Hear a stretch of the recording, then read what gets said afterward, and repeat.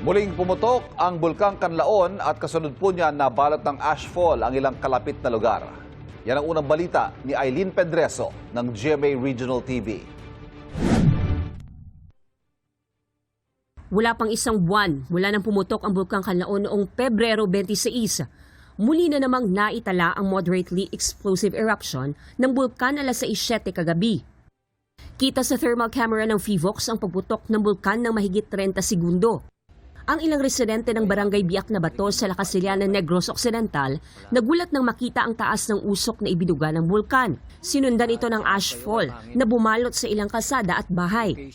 Ang ilang residente ng barangay Mansalanao kaagad na nagsara ng mga pintuan at bintana dahil sa makapal na abo. Katulad ng mga huling pagputok, pagbaba ng sulfur dioxide na nagresulta sa pagbara ng daanan ng volcanic gases ang dahilan ng pagputok ayon sa PHIVOX. Ma'am, no? So far, medyo pareho ang mga patterns ng aton nga mga eruption pag may ara sa mga pag naglaba ang aton nga sulfur dioxide emission.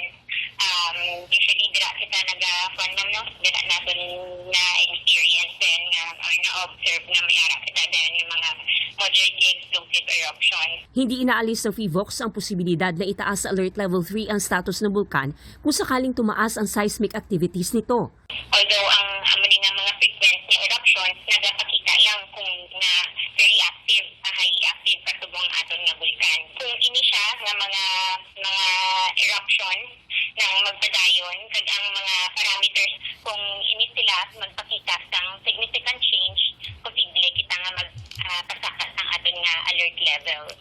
Nagdeklara na ng suspension ng klase sa lahat ng antas ang Lacasiliana LGU ngayong araw.